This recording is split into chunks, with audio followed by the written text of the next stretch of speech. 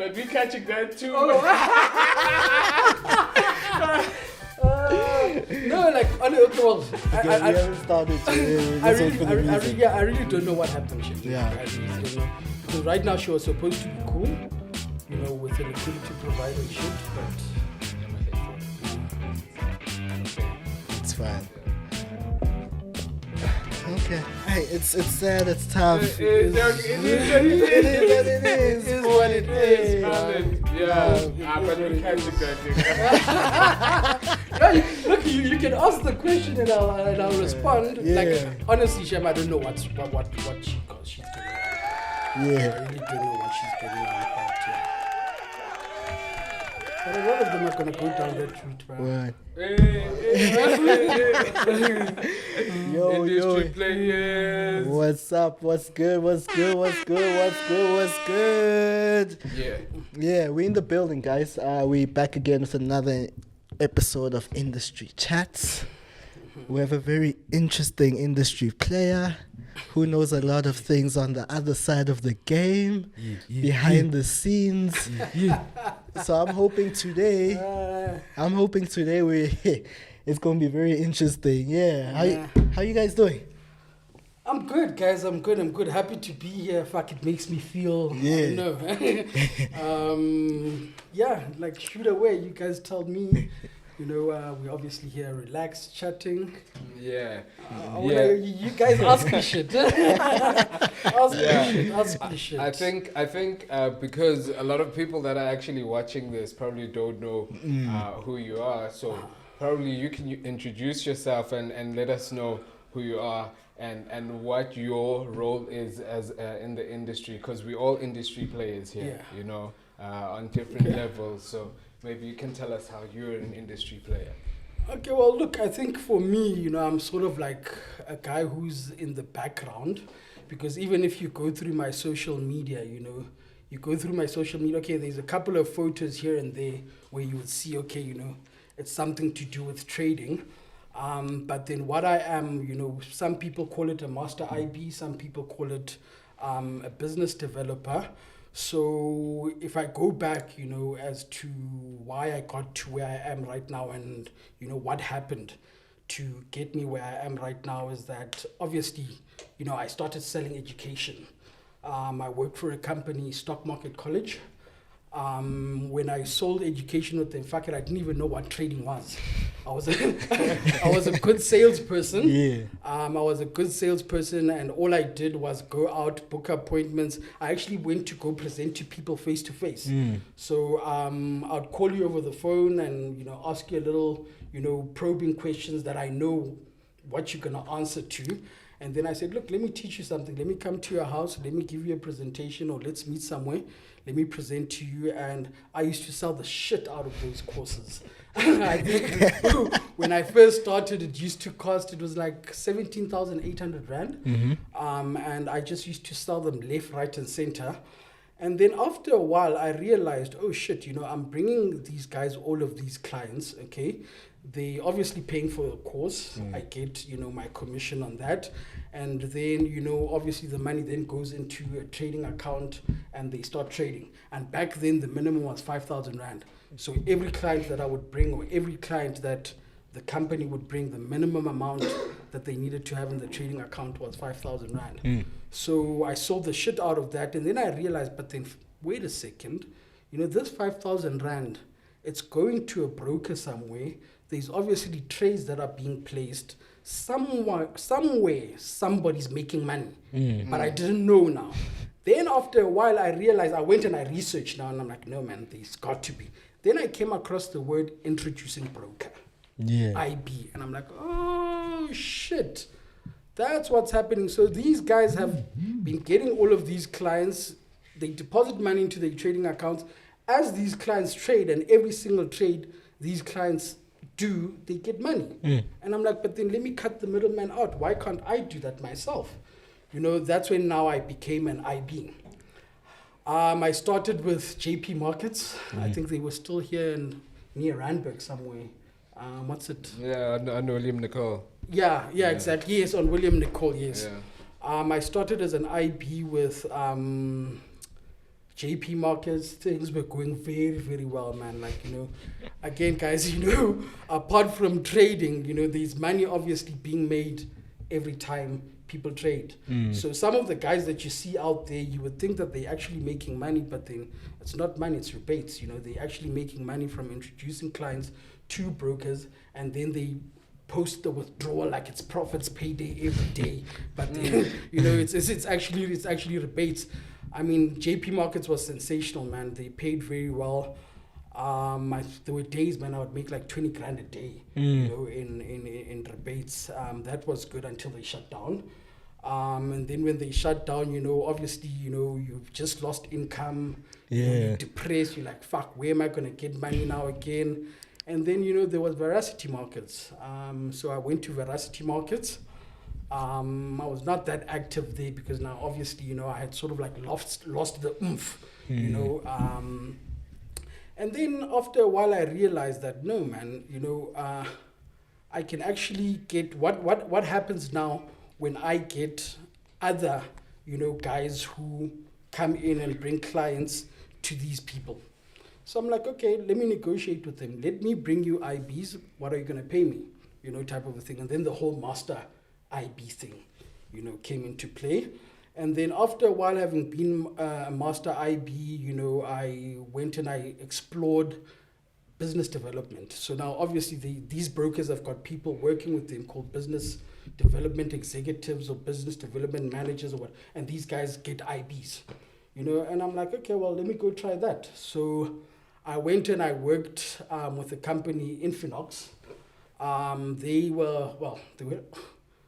Okay, let me put it this way: they lied to me. You know, they were not. they were not transparent. They were not transparent in the way that they did things. I actually had a meeting with a guy there who actually told me when I came, you know, sort of like to question, you know, the money that we get paid in salaries, and he said to me, "Oh, and I found out that the same people doing the same job as I was doing in Europe got paid more money." And I'm like to them, "But then why do those guys get more money?" Do you know what his answer was? The standard of living in Africa is lower than in Europe, so you guys get paid less. That was the answer. And you're putting in the same amount of work. You know what I mean? Yeah. We're doing the same thing. We're putting in the same amount of work.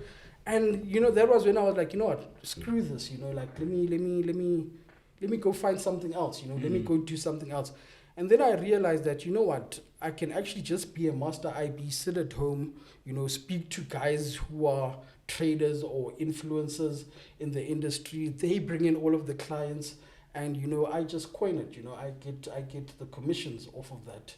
And so far it's been going well. I've even got a business development team of my own, you know, within brokers. So what the broker does is that they come to me maybe looking for me to become an IB with them. And I just simply tell them, look, let me come with a business development team. You guys pay me so much and we get going. Yeah. So that helps me in a way because I'm not a trader. You know, I'm not good in trading. Every now and then I put money into a trading account. I'll make money, I'll lose money. But then I feel like the bigger money is in the business. The IB business. And if you're a trader or you're a trader influencer and you're not an IB, like, yes, man. You're missing out. You're sleeping on it, bro. Like there's a shitload of, like I say, some of these guys out there who seem like they are trading are not really trading. It's money that they get from rebates that they withdraw, and it looks like it's profits.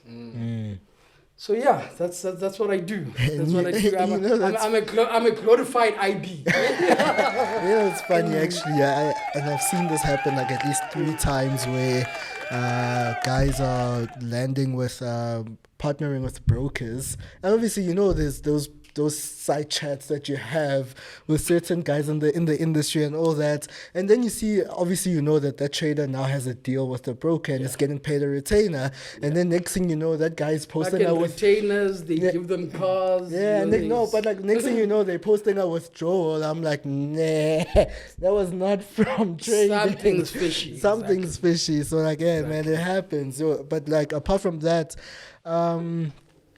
brokers are closing down. currently, left, right, and center. I wouldn't say left, right, and center. Some are closing down. Some are deciding to close down A shop. lot of nonsense is happening. Yeah. So I think that's what I want us to talk about today, because I think it's really it's concerning though when you think about it. Why is this all of a sudden happening now? Because we know right now Infinix has decided to leave South Africa. South Africa, yeah. Look, I think obviously it's because of the ODP licensing, over-the-counter derivatives provider licensing that South Africa has introduced to anybody who's a broker in South Africa and catering obviously to the South African market. And obviously, if you don't have that, they shut you down. It actually goes back to the A book, B book story. What they actually, in essence, what they're doing is that they're actually saying that in order to B book your clients, you must have a license. And obviously, when you B book your clients, it means that when the clients lose money, it's your money. When the clients make money, you're responsible to pay them. But then, a lot of brokers should actually be shut down, because a lot of them actually lie and say that they're A-booking entities when they're not. And I feel like, the whole ODP, there's a little controversy in it, man. It's like you're allowing the broker to B-book. You're basically telling them it's okay to B-book, but then get a license for it. But bro, you don't just get the license. My chat is you don't just get the license. At the end of the day, there's always somebody who's taking on the risk. Whether it's my broker, that's the B book. Whether it's the bigger bank, liquidity provider. The liquidity provider. There's always a B book. So if I can afford my B book, why not? If I can prove that there's enough money, liquidity in my books, why can't I be an ODP? Look, by all means, yes, you can be. But then I just feel like, why put a license to it? Why? Yeah, because a license, it's a regulation. So there's certain standards you have to meet. You don't just get an ODP. Any broker, there's a lot of people that applied for. If you go onto the FSCA website and type there ODP, you get an entire list. And now the thing is that there's approved, there's applied, and there's withdrawn.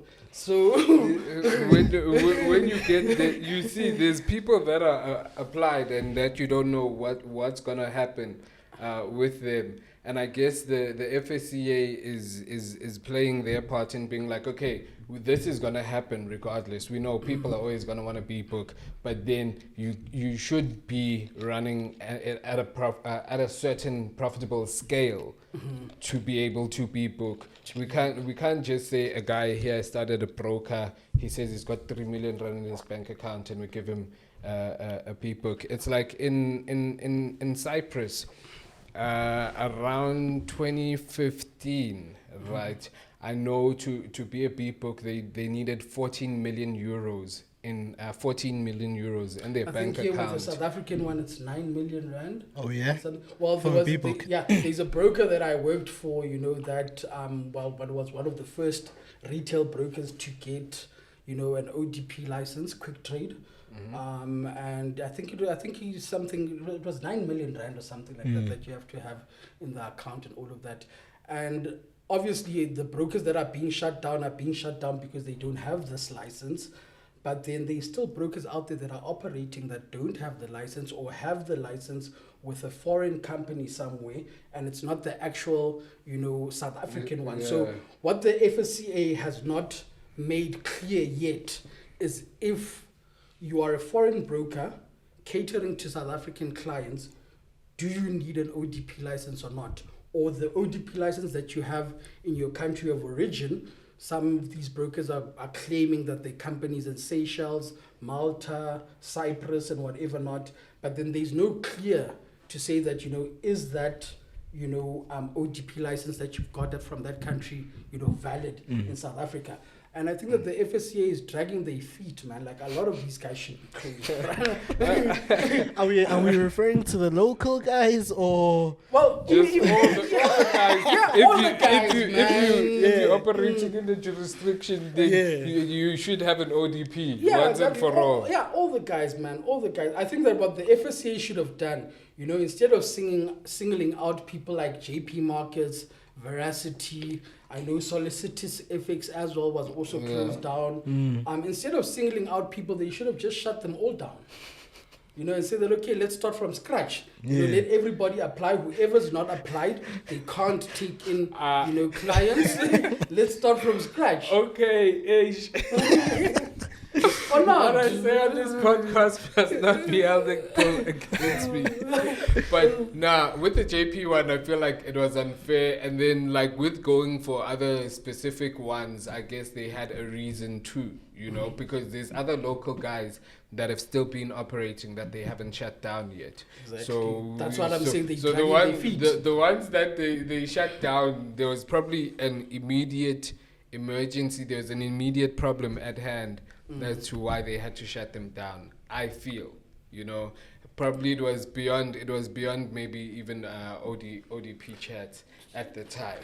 Well, if you look at in the for example, okay, with the example of JP Markets, remember now there were those snippets of emails that came out where there was an internal communication where a client was profitable and they wanted to find ways to stop the client. Yeah, to stop the client. They were increasing spread and doing whatever not, causing spikes.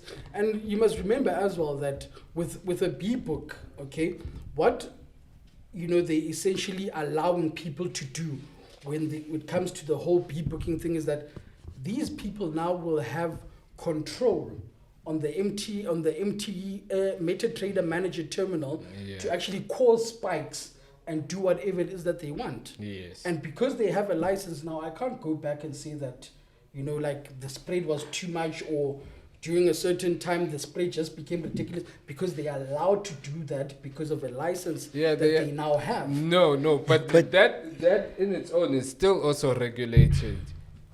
So what is the limits? Do they have limits to say that? It's still regulated. We haven't reached that point yet, but people are working every day towards. I know you're saying it's dragging feet, but how long?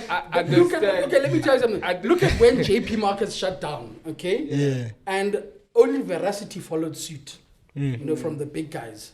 Yeah. And you know, obviously, you guys know what happened with JP Markets, that the moment they shut down, they went and they opened another broker. And they still went and they operated, and they still did not have the OTP license. And that broker that they opened is still open till today. Yeah. So where's the control? Yeah, but they're working towards it. No, right. They must close everybody down and start from scratch. Yeah, they must close everybody down and start from scratch. Hey, because that's cases. But dog, cases take time, dog. No, but then let me tell you something. Do you know that's what they did with online gaming? Okay. In South Africa. In South Africa, like some years, before I went into the whole trading thing, I used to work in the online, call it online casino industry. Okay, I worked for a provider here in South Africa.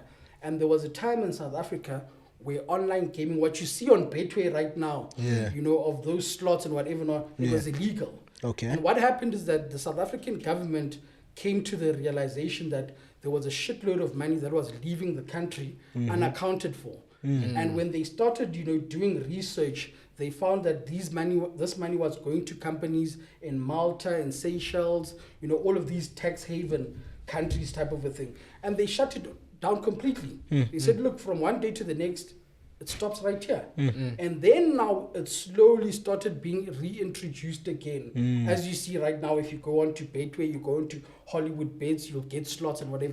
And that's what they should have done with the brokers. Just no, goons aren't making money anymore. They should have just shut everybody down and started from scratch. Hey, dog, because dog, you're killing a whole lot of mouths, dog, a whole lot. Too many mouths. People are eating, bro. People that are changing lives, dog, at home. Well, I don't know about changing lives. No, about I them did. for themselves. They're changing their own lives. And maybe also immediate family. You know, people are putting family on, paying for Skela. You know, But then Something. you know, some people are dependent on FX heavily. So to shut down an entire industry, and this being Some the people one are of the dependent biggest. on gambling. There were people who were dependent on gambling that were making money through their gambling ways, and they had to stop for a while until everything is properly, you know, regulated, and we know this is our criteria. This is who can do it and who can. So it's unfair now for them to just have went for JP markets, and everybody else, you know, was led to operate and. And there's about like 7-8 of them now, ne? Yeah. Somewhere there that have got it, yeah. Well, I know of Quick Trade. I know Quizzy's got it. I know who else. You mentioned Finalto. Yeah, earlier, Finalto, yes. and- Finalto's yeah. actually also a liquidity provider as well. Yeah. And yeah, man, like, it's possible. They can go there, they can get it. But I just feel like, you know, to make it fair So for now everybody. you're leaving us like with 3 brokers, dog. Look, I think that to make it that's a super monopolized dog. to make it fair for everybody, they should have just shut down everybody and not singled out, you know, JP. No, My but guy, I've got an ODP. Why must I get shot if I can have an ODP? Well, no, if you've got it, then fine. But then remember now, that ODP thing, they only introduced it at that time. So from the time that they introduced and they say that, okay, look, now there's going to be an ODP thing, obviously nobody had it. So it only made sense that you close down everybody and say now. But why This is do what the you ones need. that have it, you know? They did everything right by the book. And you know, IG was like one of the first to Yes, actually yes, I to remember. get it. And they got it early though, probably days later after they had it. So you see, there was foresight on that, bro. yeah, exactly. Maybe they knew it was coming. Yeah. Somebody people must that- have told them something. Again, you know, if you've got people in your pocket working in the right places, of true. course, you know, you get told these things before they happen. And I think, well, it is my perception that they might have been told in advance that, listen, this is what's going to happen. My man. On the side. Yeah, Baba. Yes, this is Okala, so you better start getting. But look, man, it's not that it's a bad thing, man. It's a good thing, you know, that they do, because at the end of the day, you know, the normal retail trader, you know, is protected. Okay. You know, is protected in the sense that, you know, you're not going to have an instance now where you go and you trade with a broker and they don't want to pay you your profits. Yeah. You know, like that's the worst thing that can happen to you, you know, especially as a trader starting off. You go to a broker, you make some profit, and then you can't withdraw it. Okay, talking about the withdrawing of the profits, what about abusive trading, that excuse of abusive trading right now that brokers think- tend to use? That's a whole load of bullshit, bruh. If brokers tell you that you are using an illegal strategy or whatever it is, it's because they don't want to pay you. That's the only reason.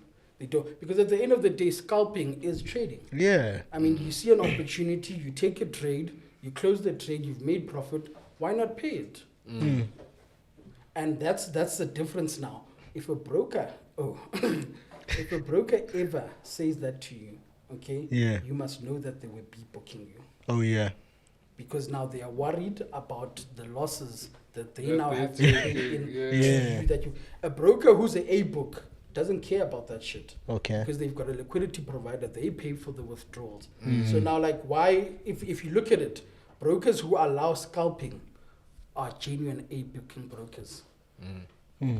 Everybody else who does not allow scalping, you must know that something fishy is going on there. Yeah. Because it's trading. Yeah. You've made profit, you've opened the order, you've closed the order, you've made profit, you should be paid. Yeah. Okay, I'm sorry, I'm trying to connect all these dots right here. So right now, basically, what I'm understanding when it comes down to the ODP heat is that it's legalizing booking. Exactly. It's legalizing booking. But that will still be, like I said, it will still be regulated. They're not gonna be But people how, go to you like go to your Scooby, own you're assuming now that they're regulating it. Because you must remember No. now, the moment you become a B book, it means that you have now got the access to manipulate, any trades from the MetaTrader Manager terminal, and you can do whatever you want. No, but you're not supposed to be manipulating that. Like I'm saying, that on its own is gonna get regulated. But it's not being regulated yet. Guys, there's a broker out there that when your balance goes over 40,000 Rand, they change your leverage from 1:500 to 1:100. Yeah, no, some brokers tell you before that when it gets certain thing. Is that public knowledge, like to the client? Is it put out there to the They client? only find out when it happens to them. Because when you sign up, okay, maybe it might be embedded somewhere in the terms and conditions, but then they once you reach a certain 40,000 Rand, they without notice change your leverage from 1:500 to 1:100. Yeah, no, the without notice part is a thing. Yeah, they should notify I can tell there's a broker right now with an ODP license that does that. No, but usually those things aren't so hidden. Because I've seen it a That's couple why I'm saying of times. it's probably embedded in the terms and conditions. Yeah, go direct to leverage, and then they tell you But then is that fair? Dog. If they It's told my you, business. bro, It's my broker. I'ma do what I want to do. terms and conditions. No, if it was in the terms and conditions, and it's not no funny But thing. let me ask you the question, okay? How many brokers do you currently? Oh, how many brokers in your lifetime have you ever traded with? A lot. A lot. And tell me something. Now I'm gonna put money down, okay, to say that you guys have never, ever read through any of the terms and conditions fully. I mean, Nah, it's likewise. the basic stuff. It's likewise with everything, though. Yeah, We exactly. accept everything, Yes. terms of use, wherever. Okay, me, because I've worked in the back end of stuff like that, I kind of guess I know, but I don't. But you don't read it, do you? No, I've read terms and conditions. I've had to make those for me.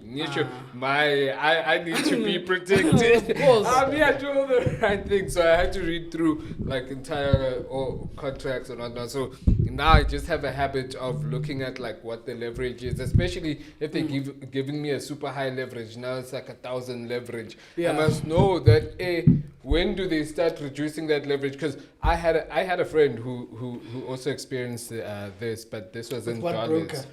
Let's give names, guys. Is this a podcast?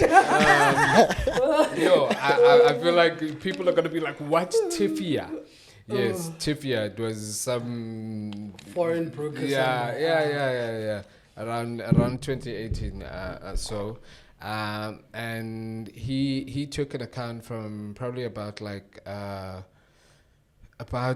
$20,000 to about $60,000 using a robot, and then when it got to $60,000, that's when they sent him a message that we're reducing your leverage to 1:200 at max. But yeah, overseas, so for them it wasn't that huge. But what's the broker? What's the broker's name? Tifia. Oh, Tifia. Oh, yes. Okay, yes, Tifia. yes, Tifia. yeah.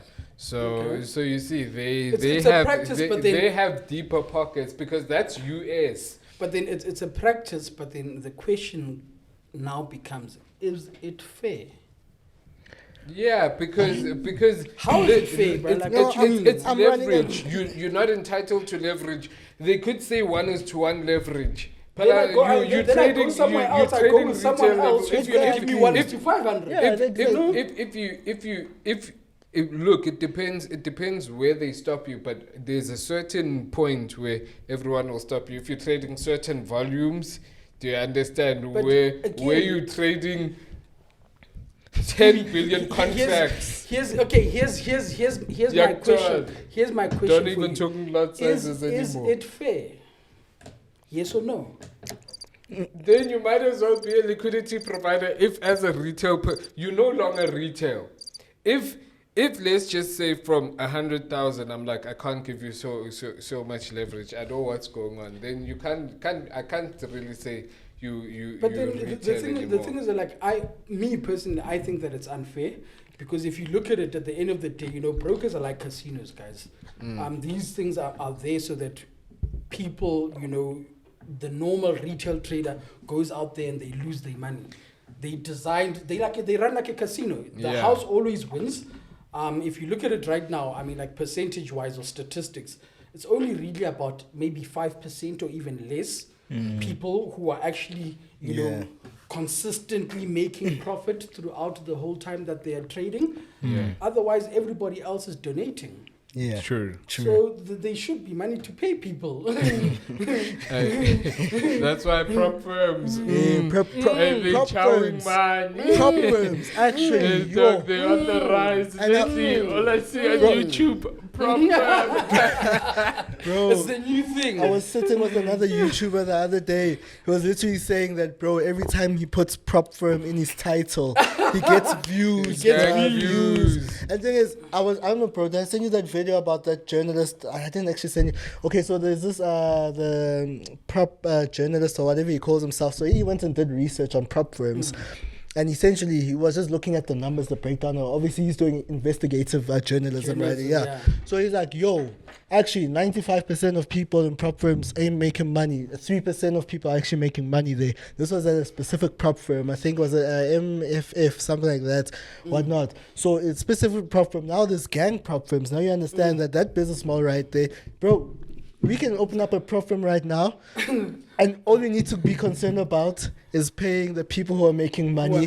But take all that money from the 95% of people, pay those people. Exactly. There's some heat I actually want us to try on the podcast. and pay That's those the name people. of the business, bro. That's the name of the business. I mean, like, it's designed so that people can lose money, and then the people who make money are paid with the money of the people who lost. Transfer of money, it's that simple. Yeah, transfer of money, bro. Yeah, like that is the market. That is the market. I mean, and at the end of the day, and at the end of the day, if you go out there and you open your own broker, I mean, like, it's a no-brainer, bro. You're definitely gonna make money. Hey, bro. You're definitely gonna make money. Like, for example, if I was guys, like, for example, maybe if I was a Zakes, you know, if I was I don't know who, if I was a Lesiba, if I was a Jason Noah, I would have opened my broker like way before. And it actually comes down to a chat. People, I think they nyatsad DJ Coach. FBK is pushing, guys. Yes, big ups to him. Yeah, big up. I know there's Like, bigger chats than... No, people are gonna be like, how can you guys say big ups to that homie, dog? No, Dude, let me I'm saying, watch the comment section. People are gonna have an issue with that specific statement. No, let me tell you. but- Let me tell you guys. Yeah. I'm not gonna lie. Like, whatever it is that DJ Coach is doing, fucking big ups to him, bro. It's working. You know, the guy is making a killing from it. You know, whether you know, you can say whatever you want to say about the guy, but then for me, you know, like he's doing it, man. I mean, again, you know, Jason Noah as well, taking it up and, you know, opening his own thing. You know, it shows that you can fucking do it. You know, like, why go and, you know, feed it to someone else when... Because now you must remember as well, one thing that I said is that the game is that people lose money. But then you, as the person who are bringing the clients to the broker, are they actually even giving you a section of that money? They will give you a section of that money if you know what you're doing and you actually go and you ask for it. Yeah. But then if you don't get it. Okay, now comes to a chat, right? Goes back to like the ODP thing. An FSP is way easier to get than an ODP. Oh no, that you can apply and you get it. So it's easy. Get a clean individual. Get a clean individual. That's why I'm like, ODP, I think it's important, and they can't just shut down everything. Because the guys with the ODP, they've met quota. But then at the very beginning, brother, at the very okay, at this beginning, point now. No, at this point, okay, it would only, like, especially now, the FSCA should right now actually be like closing everybody and anybody who doesn't have an ODP. But then they're not doing it. And there's a line, you know, some brokers are using this to say that no, it does not apply to us because we are an international broker. Yeah, true. Yeah, but they should be forced. They should be forced to. Anybody get and ODPs as well. everybody like Yeah. catering to South African clients should have it. Then. Yeah, because like right now, there's just been such a past 2 years probably has been such an influx of brokers running to South Africa. Like yo, And like do you so know- many, like so Dog. many. Yo, And people are also jumping spans, dog. You must have jokes about account managers because 3 months here, 3 months here, 3 months here. Dude, And it's now just- you're confusing IBs. It's also making it hard for IBs to grow because what? You're like, homie, come here, come here, come here. And then it doesn't give them an opportunity Let me- to know how to grow a book. Let me tell you something. Like loyalty don't pay bills. Dog, be loyal to the money. I always tell these Those boys. people obviously move to the brokers that they do because they get paid. yeah, You know, like, and if I say that, like, if I'm getting better money somewhere else, I go there.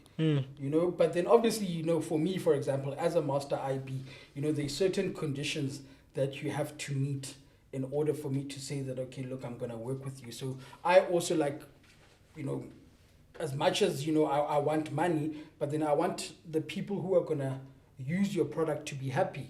You know, like I'm going to go there, I'm going to test the broker myself. I'm going to see are the conditions favorable or not. And then I go ahead and I say, okay, look. But then money, bro, money talks, man. Money fucking talks, brother. Like right now, I can tell you, the guys who you see bombarding you with links of brokers and whatever, those guys are getting paid, bro. Those guys are getting paid to do that shit. And obviously, again, money talks. And I'm not gonna stay somewhere where, you know, like, I'm not getting paid when there's somebody else who comes to me and says, hey, brother, look, I'll pay you 10 grand more. I go there. But then sometimes, you know, if for me, if where I am, I'm happy and the conditions are right, you know, I don't see a need for me to move. And there has to be transparency as well. If Yeah, it's transparency, 100%. then, you know, by all means, we can go ahead. But then some brokers, you know, there's just, it doesn't matter what you do, you know, they just shit. You know, there's a broker out there that I came from before the broker that I'm with right now, and they didn't want to give money, man. I think I took you bro, guys there. you were telling me to name drop, dog. But I understand with you saying, no, when no, you said you guys, took us there, I got it. Sengiyakuza. But those that don't know, those that don't know, no. if you put the puzzle those that pieces know, together, if you were there, if you you put were the there. puzzle pieces together, Yeah, exactly. Yeah. Yeah. Put Sure. the puzzle pieces If you've been together. a day one, I mean, we've already given podcast enough. fan. We've already given enough juice. So Yeah. like, what more do you guys exactly. want? And I just Yeah. think that also, you know, IBs, you know, need to value themselves, man. Oh, yeah. Because they're running businesses, bro. If you're an IB and you bringing clients to a broker, that's a business, man. Yeah, And 100%. You know, somebody can't just come to you and say that, hey, start working and whatever. No, brother, like money, man. Money. Like, an IB is a marketing agent. Okay. Okay. Let's say right now you want to market Top Trader SA, okay, and you go to a marketing company, okay. Question, okay, do you pay first or do they market you and then you pay? I've never Yeah, done never market. But me, I'll tell you, when I do adverts and do my own online stuff, right? Charge first or do you do No, the advertising? they and then- get me leads first, and then after that they're like, okay, you've got so many clicks, so many messages, here's your bill. I guess it depends Yeah, on the business model that they the give me a marketing firm is post-bill, using. yeah. Yeah, is Okay. using. Because like I know some people will probably the cost per click, things like that. They'll use those kind But of. then what if now, like for example, as an IB, it's rebates only? Come again? What if, like, as an IB, they tell you, look, we'll pay you rebates? Okay. Dog, it's how they play the game, dog. I don't know. I just feel that IBs are marketing agents and they should be paid as such. But then Yeah, they right should now, be. you know, like... It's all about bargaining power at that. Yeah, Exactly. that's You need true. to- yeah, you need to That's go true. down. How hard is your cloud So- currency? And you know, like some IBs, brother, have like, for example, even myself personally, you know, as an IB, as a master IB, you know, I've been hurt by brokers before. You know, I've been screwed over, you know, by brokers before. And I feel like, right now, they also, the IBs must be protected in a way. If this ODP thing, for example, is meant to work, there should be something in there as well, protecting the IB or helping the IB, to make things better for them. Yeah. It will all go there, just not soon, but it will all go there. The thing is like, with South African, Give us a decade. No, bro. There's a new generation of people who are coming up who understand what the world is, who don't really even. There's 2Ks that don't even know what apartheid is. They just grew up just free, dog, just liberated. Maybe then they should take the people who are working for the brokers and get them to work at the FSCA so that they tell whoever it is at the FSCA who makes the decisions on who gets closed and who doesn't get closed. They actually are doing that. Is it? Yeah, if you've watched the podcast, we had Paul. Oh, Paul, yes. And he was actually hollering about like how he's spanning with the FSCA too. Okay. That's why I'm like, watch that podcast. You catch quite a lot. Cool. I also catch it from time and I to feel time. like it also has to be regulated in some way. If you're gonna be an IB and you're a broker and you take me as an IB, I need to have a registered business to do that. If they're looking to regulate you, maybe those are the type of things that they need to be doing. Can't just be an IP. Yeah, you can't just be an IP. Yeah, exactly. You have to. And that's the problem right now. Yeah. People are waking up and like, I'm gonna be an IB. I get a lot of likes on. And here's the thing, just one thing. I've seen where brokers get it wrong. And this is like really back-end stuff, so I'm not sure if people relate on what I'm saying. It's good, but we educate people so people actually understand what's going on. But brokers are paying certain IPs a lot of retainers, but they're not really making their cash back because these people, they'll get a lot of sign-ups, but no business comes in. 5 rand comes in. There's ones where they use like some influencers. I was in a situation with I'll just say the name Globex, where they paid like some names. where they paid like 310K just to post and whatnot, and I gloved all of that. So that was like 30K spent, and I gloved because I looked at their links and I looked at the back office and I gloved with what those people were bringing in, and accumulatively. Globex got in deposits about $800, and that's not even rand, and that's not with volume. Yeah. That's it. But like the thing is, and you know what? This is actually probably if the such just dropping bag. They can get. Hey boy, and they've been knocking, dog. They've been knocking. No, but you know what? If the broker guys actually watching this is actually key information right there for them. I don't think. How can I put this in a way that makes sense and I don't get into trouble for saying this? Come on, man, say it. No. What I'm realizing a trend over the past couple of years right now is that.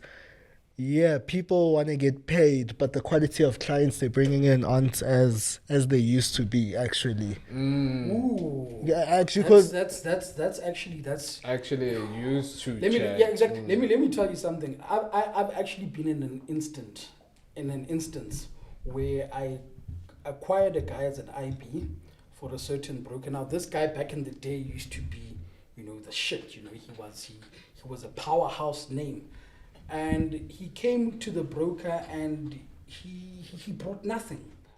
Like he demanded an upfront. They paid him an upfront, which brokers don't really traditionally do. And I went, obviously, and negotiated it for him. And he went and he got paid and he brought fuck all. Fuck all. But does this go down to... Is it the economy of South Africa right now that what I feel? I feel like there's two, and I actually had a meeting yesterday at Fidelto where this chick. At Fidelto? Yeah. What were you doing there? Come tell us. What's happening at Fidelto? Bro.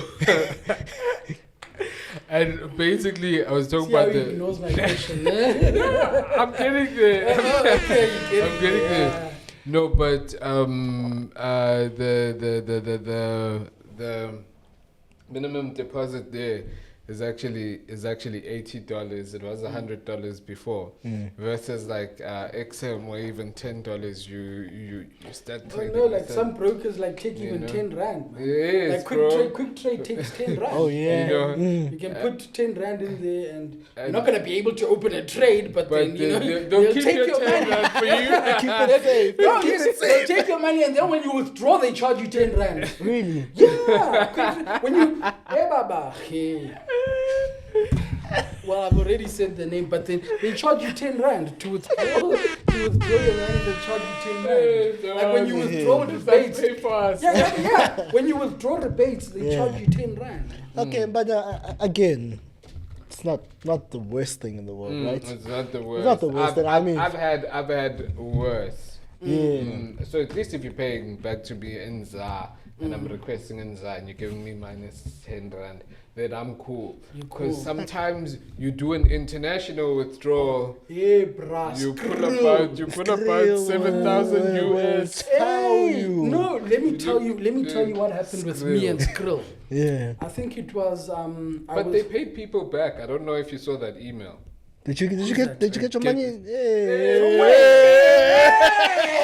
Check your Skrill, dog. Open your Skrill account. Hey, bro. dog, Do they you know- paid me like 6K. Did they? No. No, look. Let me tell you what. Let me. When I actually opened this, oh fuck, my phone went off. But then I withdrew. It was $3,000 from an international broker, and then obviously the whole process like was taking too long, and they said that if I withdrew through Skrill, it was gonna be instant. So I'm yeah. like, okay, fuck it, give it to me through Skrill. When it hit Skrill, it hit as $3,000, obviously converted into rands. But then when I took it from there into my bank account here in South Africa, They charge you in euros. yes. And then from euros, when it gets this side, they need to change it in rands again. ask me how much I lost in that entire transaction. Probably like Even 220. 10% you can lose. 10-15% you can lose. I lost 7 grand. Mm. 7 grand from taking money from an international broker to Skrill into my bank account. Yeah. So what are they paying the money back? What's going on, guys? They paid monies back. They were like, we got our exchange rate Conversion, wrong. yeah. Yeah, but How long check ago it. is this? Dog, This- you can this look year, at it bro. now. This year. His phone is off. My My God. phone, yeah. So guys, if you've got Skrill accounts, Yeah, just check go your check. account. There's free money. Yeah, Oh, dog. no, yeah, well, with me, this was very recent. I'm Oh, talking yeah. about like last month or something. Okay. So unless anything has changed or the same mistake Nah, happened, I think it was before that. It was before that's last before month. that, but still, the charges are quite Yeah. hectic. I literally always but let me avoid. tell I think Ozo is doing a fucking awesome job. Bitcoin, dog. Bitcoin, Wherever bro. there's Bitcoin, you Ew. think so? Bitcoin, Bitcoin. boy, spot price. Sometimes even better. Then the Bitcoin goes up as you're waiting for the confirmation. You're expecting 88, now it's And saying thing is, 91. that money within 2-3 hours is in your bank account. If you know what you're If you doing. know what you do, I think Ozo though like does it very well. Okay, I know, but they also and do a also clean like job. you get the money like if the broker's on the ball and they process it like you get the money like Yeah. Same time. in a split second, and I think that also as well, brokers coming into South Africa, especially international brokers, need to get in with these type of payment processes, because the one thing about South Africa is that when you trade to withdraw. It's every Withdraw day, yeah. now. It's payday every day, yeah. It's payday every day, and if you Double have those type, leverage. and if you have those type of payment processes such as Ozo, Yeah. it gives you an advantage in South Africa. Yeah, no, that's true, especially in this market, because everybody wants their money now. Exactly. Now. Exactly. And I think that's been the biggest selling point of a lot of brokers over the years, regardless of being a dirty broker. As long as you can pay your money out now, and I think that's why local brokers that was the advantage they had over international brokers, yes. because they were like, we got we've got local bank accounts, South African bank accounts, we can pay you now. Like right now, it's all happening and, right and, now. and, No, if but you've you got a see, connection in the broker, problem you is- actually call and say, hey, approve my The withdrawal. problem is some of these brokers, people were sending from personal accounts to you, and you're like, hey, Eh, I don't understand. hey, ah, hey. Oh, Some of these brokers that just give us the name, man. Come on. Okay, this podcast is boring, bro. Like, well, why don't you give us the names, man? Who does I that? don't want to get shot, dog. I want to be able to leave something. Well, you need to protect yourself. I'm not carrying makeup in this bag, by the way. No, bro. Like, yeah. Well, if you don't want to say it, yeah, it's fine. But yeah. fuck, when they switch off the cameras, please do. Please do. Okay, so I want to know some of the some of the deals. Oh no, actually, some of the ways that IBs got screwed over that you witnessed IBs getting screwed over the years by brokers right now. And that, guys, we are broker positive. You know, Yes, that yes, we we love love- brokers. I mean, like, shout out to the sponsor of the podcast. Yeah. Taking care of us. Taking, you know, Yeah, no, paying the but bills, keeping the lights on. you see, yeah, giving you guys no, but on a real, so like just because you know why I'm asking that, because I just want guys to also be aware, because right now we're also speaking for the IPs, be like, guys, be careful, things like this do happen. Yeah. Let me tell you an instance. Yeah. Again, you know, I'm thinking now, should I say the name, should I not? Yeah. There's a broker, okay, like obviously being a master IB, Yeah. I took an IB to a certain broker. Guy, man, was doing sensationally well, brought in clients and everything, the deposits were coming, and then they introduced a PAM account system. Okay, I just want to ask something. Local or international? Local broker. Okay. With yeah. a ODP. Okay. Yes. So, So that has narrowed it down. Yeah. And so Yeah, so go money to was the T.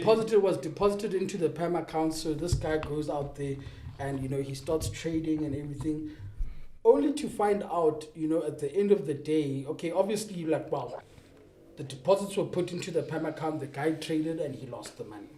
Okay, fair enough. Let's say maybe there was 100,000 rand in the PAM account, so the entire 100,000 was lost. But now that broker came up with a rule and said that they don't pay rebates on PAM accounts. Imagine they made the money was lost, okay? Yeah. There was volumes they got traded, the volumes. and they didn't pay rebates, they didn't pay P&L. They left clean. They were nice. That's an example of a broker screwing you over. Yeah. Okay, that's a clear example of a broker screwing you over. Yeah. And I was part of that deal, so I was screwed over as well. I'm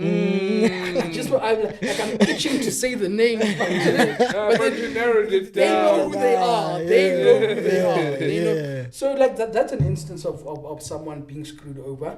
And, you know, I mean, it happens, bro. Like, you know, and I don't understand why, you know, brokers do this type of thing, because you've made the money, man. Why don't you pay? I mean, imagine this broker now that I'm talking about right now. Okay, they made the money. So that 100,000 rand was lost. It's in their bank account now, but then they just don't want to pay. And they came up with the thing that we've never paid rebates on PAM accounts or P&L on PAM accounts before. By the way, it was the first time they were ever doing a PAM system. Yeah. So there is no real history. When when you they- have a good legal team, my man, right there. So when they Yo. were so when they say that, you know, it's actually bullshit. You know, because they've never done PAM before, and they're saying that So they've the- never paid. The statement was true. That's what I'm The saying. statement is true. True, exactly. very true. Yeah, the statement is true. But then, like, if you go back and then you search again, they've never actually had, you know, a PAM account system. Yo. I was pissed, bro. Yeah. Like right now, like that broker, like I'm pissed. Like I'm really pissed. Drop the name, man. Because he's sounding so I'm- pissed, like I'm- you want to I'm put them really- on blast. I'm dog. really- By now, if you pissed guys are about watching, you would have connected the dots by No, now. yeah, exactly. I mean, I already said they have an OTP. So, And they're it's local. like that. I've already said they're a local broker. So yeah, So, yeah, no. you can streamline from there and you Yeah. know, figure out who it is. But Yeah. They immediately stopped the PAM account system actually after that. Oh yeah. Yeah. Yeah. So that's an instant of a broker screwing an IB. Yeah, and another instance, like just cause there's many ways. Obviously, brokers are like doing Look, I think the other way is, when there's volumes traded, they go and they change the commissions in the background without you knowing. Oh, actually. Where they get reduced. No, there's they've done it to me before. Oh, yeah? There's a broker who's actually done that to me. Yeah. Where when you used to a certain amount of money every day. So like for example, in my case with this specific broker, I was making maybe like $3,000, $4,000 a day, $3,000, $4,000 a day. On a very, very, very bad day, I'll make like $2,000. And then all of a sudden, like $900. Then there was a day like 23 Rand. And I'm like, no, man, like something is not right. I didn't lose the sauce like that. And then I go back and I found out that they had actually shifted. Another instance is where they shift clients. Yeah. When they see that you've got a client that's trading a lot, they shift the client. Take it to the superstar IB on Instagram. Not even the superstar IB. They take it for themselves. For themselves. For the themselves. account manager within the broker yeah. takes the client for themselves. Yeah, and they say that the client requested to be changed. Oh. Let me tell you what another fucking broker did to me. Okay? I brought them IBs. Everything was good. Again, I was making local broker. They don't have an ODP. They don't have an ODP. So what they did to me is that like now I had all of these IBs that were under me. And fucking man, these guys were pumping, I had fucking good IBs, fucking awesome, sensational IBs. And they were making me good money every day. And then all of a sudden, these IBs started disappearing from under me. Like they were, and then I'm like, but then what the fuck's going on? Like guys, what's up? No, the IB requested to be changed. And I'm like, okay, the IB requested to be changed. Then I call one of the guys, the guys, I'm close with him, he's an honest guy. And I called him, like, brother, what the fuck happened? And he's like, no, I didn't. They called me and said to me that, don't I want a change of account manager, that they're going to help me process my withdrawals faster and whatever not.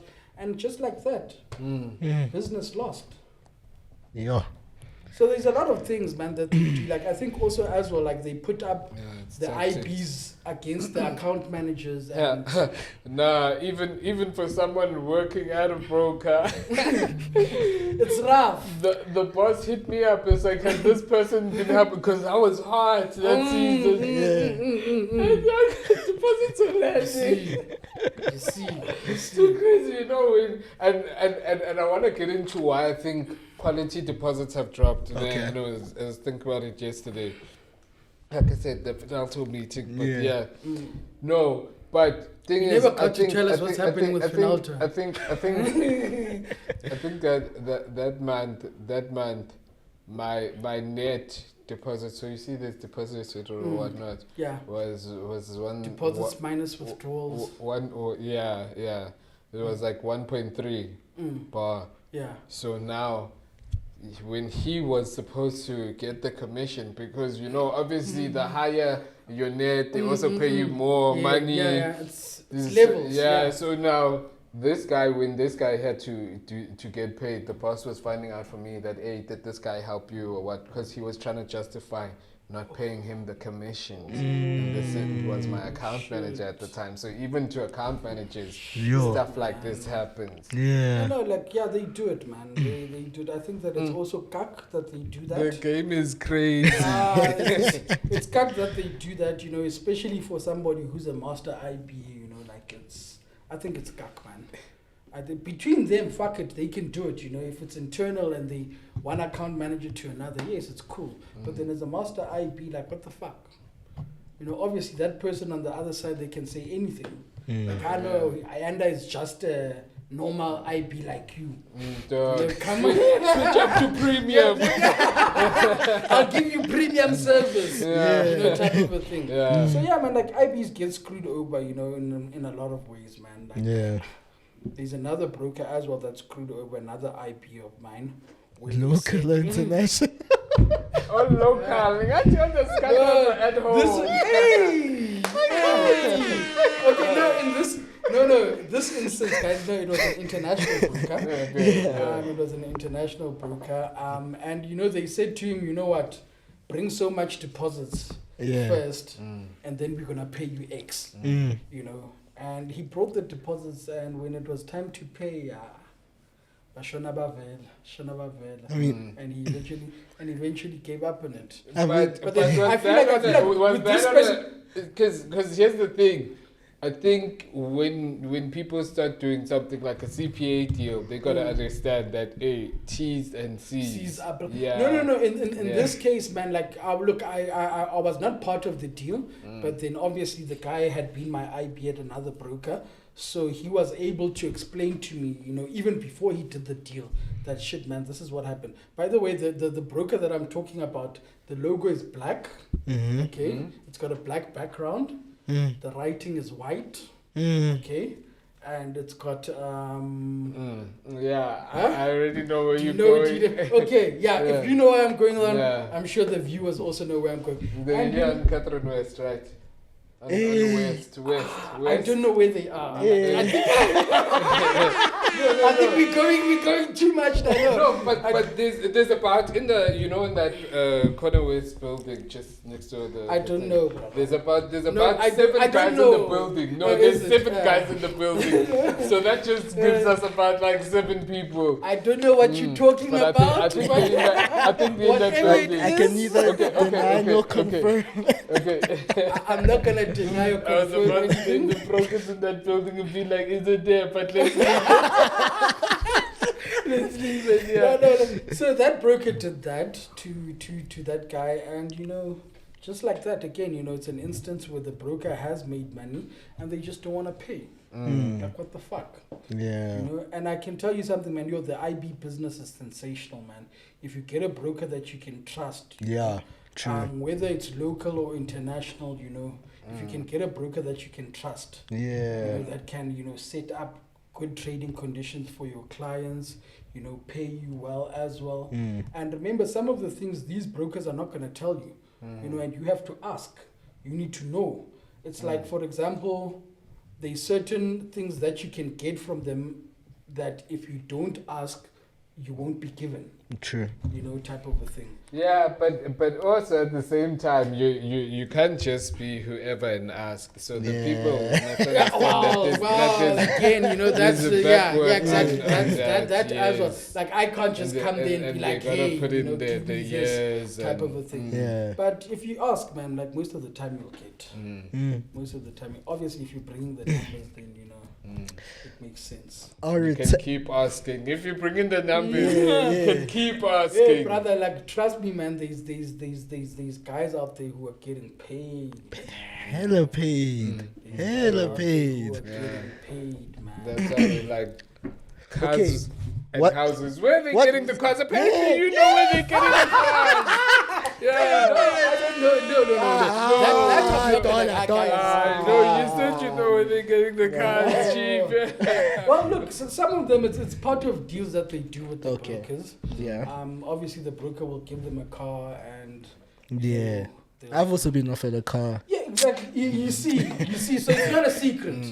So, although, they make it seem like, profits withdrawal, bought a car cash, type of a thing. But man, it's something that happens. They do it. I mean, you say that they do it. Like, who offered you a car? Ah, damn it. Who was it?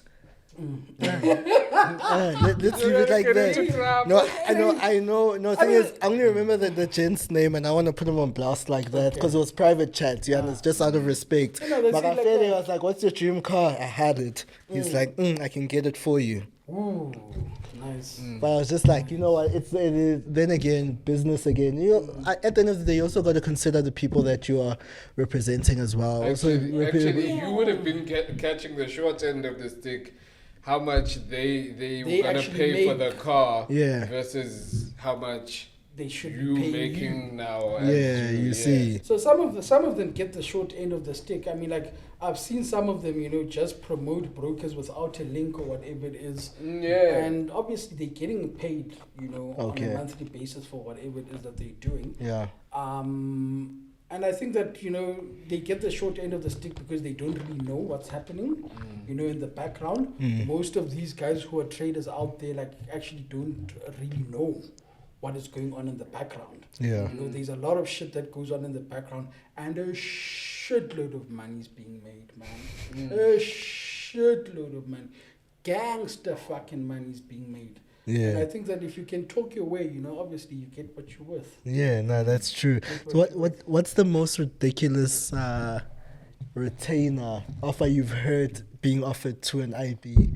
Don't mention names. Don't mention names, Okay, but I won't You can mention a name if you have to. If you feel it in your bones. mention the I number. do, Because I just but want give us a number I first. just Just want to give know us how a number. ridiculous it gets. Let me tell you. I had an IB of mine Mm-hmm. that was paid a 300,000 rand.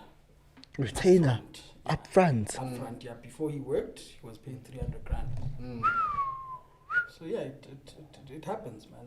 And you tell them, I want. Yeah, you tell them, Baba, I want. So know? what, Yo. 15,000 US at the time? Yeah, well, this was like last year.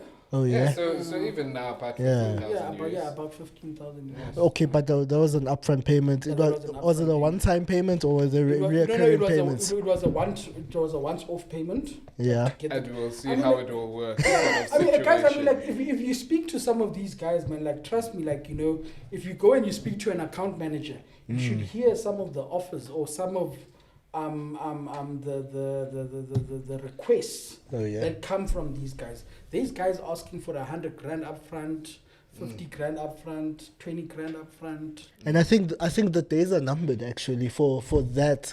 For that way of doing business, because we're still gonna go back to the quality, quality of clients Let me right tell now. you something. Like I I beg to differ there, and why I say that I beg to differ is because right now, IBs have been spoiled in that sense. That's true. So now, if I've gotten, let's say for example, if I've gotten now, let's say 100 grand from a broker, or maybe they pay me 100 grand per month, okay, for whatever it is that I do for them. And then now you want me to come to your broker, you either need to pay me that or more. You get what I mean? Yeah. Now, it's going to become a norm now that when you speak to somebody, the first thing they're going to say, look, But it is the norm, though. It is the norm. But eventually, these people are gonna stop pushing. Yeah, they're gonna get tired. Yeah. And let me tell you, guys, by the way, let me tell you, like, I've had instances where I've paid, like, I've negotiated, upfronts for people, and they never produced. Not even a single client, or Yeah, maybe that's a the couple thing. of clients. Yeah, you see. That's the thing. Fuck, again, this is another one that pisses me off because it's a guy, who's known. He's a guy who's known in the industry. He came to me and he was like, I fucking please, man, like, I'm having hardships here and there and whatever not. And I'm like, what you mean, brother? Because on social media, I see like, hey, you are living the life. What's happening? So I managed to get him the money that he wanted. And then after that, he didn't produce. Yeah. And he said he's gonna push, and he didn't do anything. And that reflects bad Did on he you, get sign-ups? obviously. Did That he get reflects bad. sign-ups? A couple of guys, man. There was one guy who didn't even start. I can say his name, Prince Shezi. He didn't even fucking start. He didn't even fucking start. How much did they pay him? It was not much. It was what, 10 grand? Oh, it was yeah? 10 grand. Oh, yeah. It was 10 grand. he took the but 10 still, and- relative. That was just like we're gifting you with 10 Yeah, because exactly. you are And, Prince Chase. And he didn't even start. Yes, sir. And then he came up with excuses, and that. Yeah. And there's also another one, like he also did. Well, at least he tried. He did. We won't name it shit because he put in the effort. Yeah, I'm not gonna shame and name him Yeah. because at He least. was a me, Yeah, I know. yeah. Yeah, at least he did something. Yeah. But then How again, much also did he get? How much did he bring? he got 25 grand. Yeah. And then he went on, behind my back and spoke to the CEO of the broker. Yeah. After he had spent the 25 grand that he got, and he went and they gave him another 12 grand, on top of the 25 they gave him 12 grand. And he just like, yo, man, he just there was something came in, but then I feel like he relied a lot on his name that he used to have back when he was hot, and now he's no longer hot. I mean, if you put one and one together, he's a guy, man. He posted recently on social media, even looking for a job. You know, his name also starts with a P. You know, but then at least at least with him, man, like he did something. So like I'll leave it there. Okay. But then there's guy, man. There's also another guy who actually also did the same. Took the money and just never. So that's the risk again that brokers, are having to face. You know, because if I give this person the money, there's no guarantee that person is actually. Yeah, that's true. That's why. That's true. And thing is, even if you say they push for 1 month or pay you afterwards, the guy won't be motivated to do anything. So it's like it's a dilemma right there. You understand? It's like, do we pay him first? We pay him after. But if we pay him after, he might not push. If we pay him now, at least we give him the funds to push. You understand? Yeah. Look, let me tell you again, man. You know, every condition and every deal or contract, is different. Yeah, and if true. you as the person, know how to speak for yourself, then of course, you get the best deal. Yeah. Out there. And even for myself, I've got brokers that I know that I recommend, and I say that, look, these brokers are good because the trading conditions are good, and they treat their clients fairly. And again, with me, like I said, at the beginning, that if they treat me fairly and they treat their clients fairly, then of course we can go for it. Yeah. We can definitely go. I'm sure, like, even with you guys, your sponsor treats you nicely. So you're not wearing the skipper today. Hey XM, how you doing there? I'm just messing around. But like, so they treat you well, and then in return, you also. Yeah, we push, we grind, and we're pushing. So it's not like we're sitting around, lazing around. Yeah, exactly. I mean, like right now, no cap, in Africa right now, we've got the 2 hottest podcasts. Yeah, exactly. And the top traders say. Exactly. There's no one else who's doing what we're doing. What you guys are doing right now. Big ups, man. Fucking hell. Like, I feel like, if I was a broker, like, I would want to fucking get into bed with you guys. Yeah. I would take out my bottom sink. Yeah. To make sure that, I'm doing something with you guys. Yeah. Now we're pushing. Okay, guys, now I want to go back to the quality clients thing. Actually, because we wanted to highlight something, actually. Because it is still kind of like a longish chat, but I'm going to try to make it short because we'll make it a chat for another chat. Yeah. But I think the problem is, and what I was saying to this hand, because she's a white lady, so she gets Caucasian clients, obviously, and we understand economics. Obviously, her clients are going to be putting in way more bigger money. Yeah, my biggest clients are from Abu Dhabi. It's Dubai. It's Dubai, and Jordan. I heard Jordan is hot. The biggest deposit I ever got was from a client from Jordan. Yeah. And and Russia. Yeah, so it's for me it's Jordan, Russia, and Dubai. So it's known. Yeah. So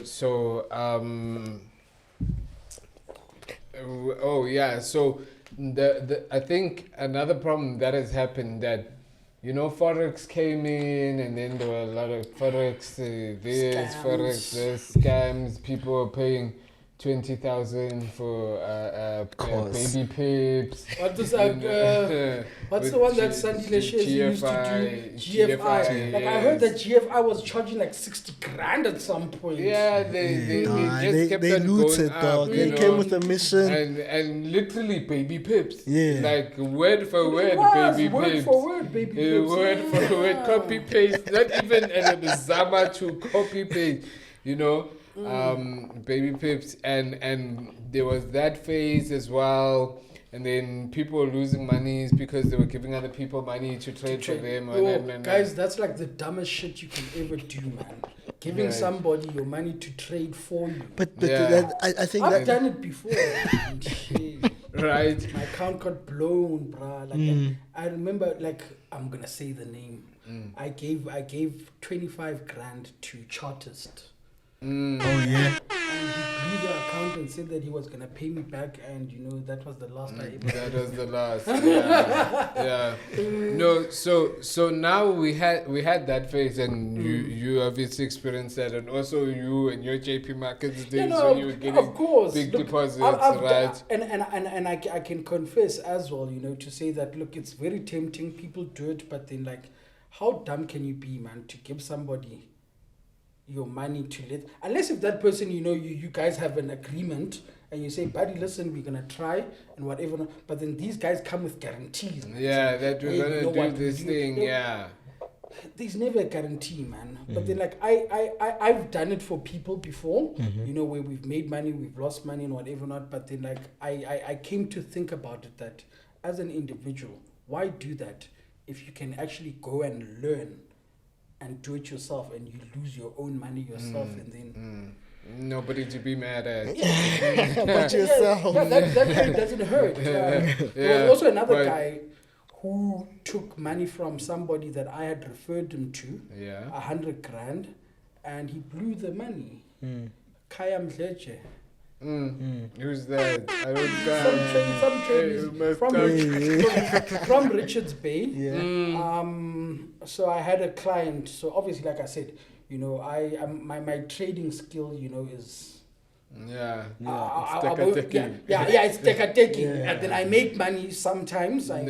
So I just thought to myself, what, with 100 grand, let me just leave it to somebody who could probably do it. Yeah. The guy I think he blew the account in 2 days. 3 days. That's a skill right there. That's a skill.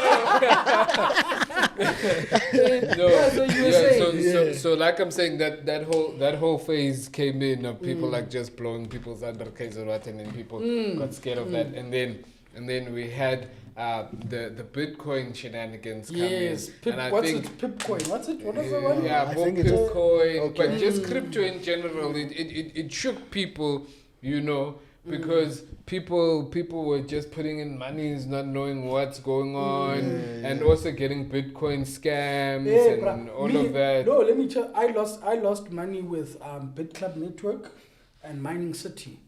Like I never withdrew the money. Like I put in the money, like I bought a package with them, and then I referred other people, and I was making Bitcoin, but then I was telling myself, fuck it, I'm gonna hold it for as long as I can. Fucking BitClub Network, my money gone. Mining City, my money gone. Oh, yeah. What was the other one? There was Carrot Bar, my money gone as well. Yeah, so I feel like people have been typed, because even MTI and ApriCrypt. And hey guys, like there was man, like people. So I feel like after Forex and crypto like hurt people are like, okay, you know what? There's still hope somewhere, because we see people in the Verpass. Yes, and the Verpass bought for them by the brokers. Or something. So let me just summer. Even me, maybe I'll find the way.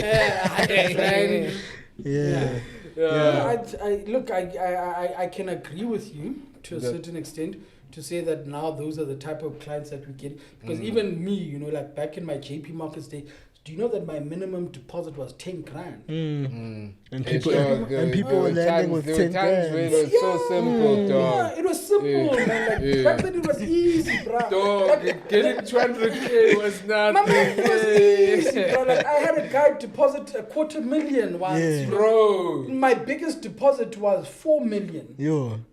From somebody who went and said, like, fuck it, here it is. We're crazy.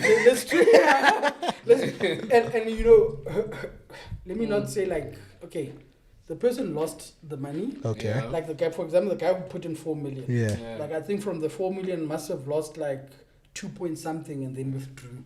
Okay. What was left over. So people have those experiences. Yeah, but you were chowing repays. Yeah, man, I was chowing. I don't want to lie, bruh. Bless JP Markets wherever it is right now. JP Markets days, bro. We were getting paid. We were getting paid. Salute, dog. I know. JP Markets days, yo, we were getting paid, man. Yeah. We were getting paid. So I can't say like, look, whatever happened to them happened. But Yeah. like I say, bless you, Justin, wherever you are. Yes. And nobody can take that away from him. Yeah, no. Again, Dog. Yeah. he's a fighter, bruh. Yeah. Fighter. You can't take that away from him. Yeah, Can't take that away from. I mean, at the end of the day, it all actually started with JP Markets. Yeah. All of the things that you see right now. It was him coming from ACM Gold. People have other stories, about him. But what other stories? Huh? What other stories? Again, I can say he spanned. Yeah. I can say because when he was there, ACM Gold and a computer in front of him, and it was just all like Indian guys and stuff like that, and there was a studio, yes, and there was a studio in there. Dog, I was there. He was still an account manager.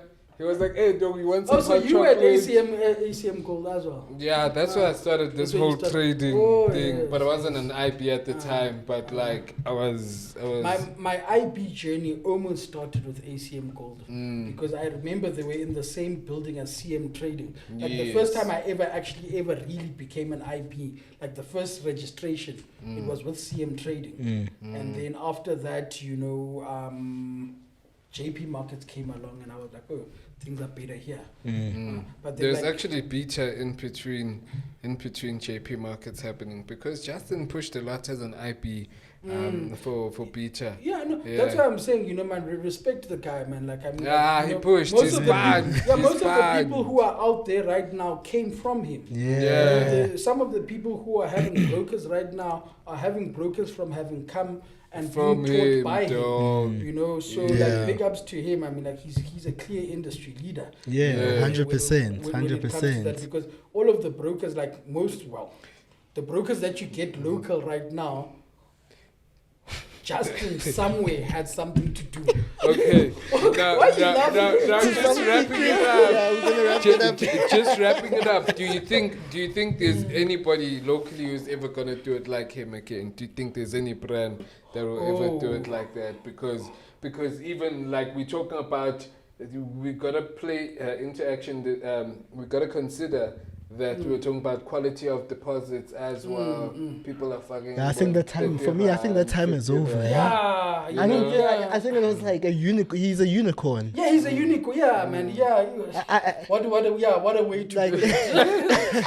What a way to put yeah, it. no, because at the right time, did the right thing. Yeah, exactly. exactly. He came at the right time. I mean, like, remember now, the brokers that came after JP Markets all took advantage of the fact that JP Markets was had not closed. there. Yeah. And it was not there. Yeah. Otherwise, they wouldn't have been where they are. We had JP Markets not closed.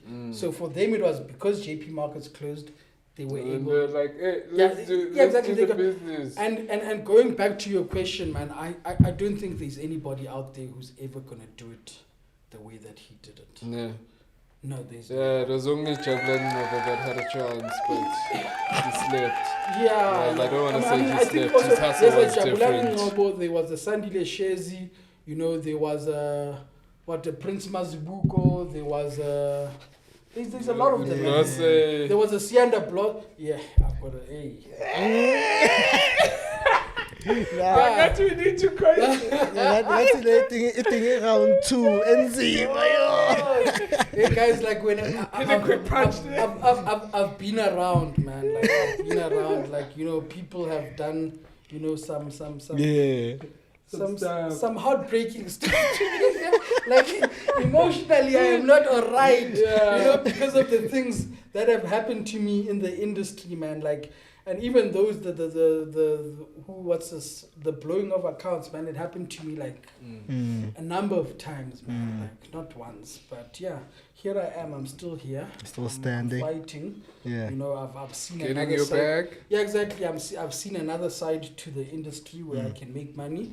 And again, if you're an IB out there, you're looking for advice or you wanna get going with anything, you know, hit me up. Mm-hmm. You know, I'm partnered right now with a sensational international broker.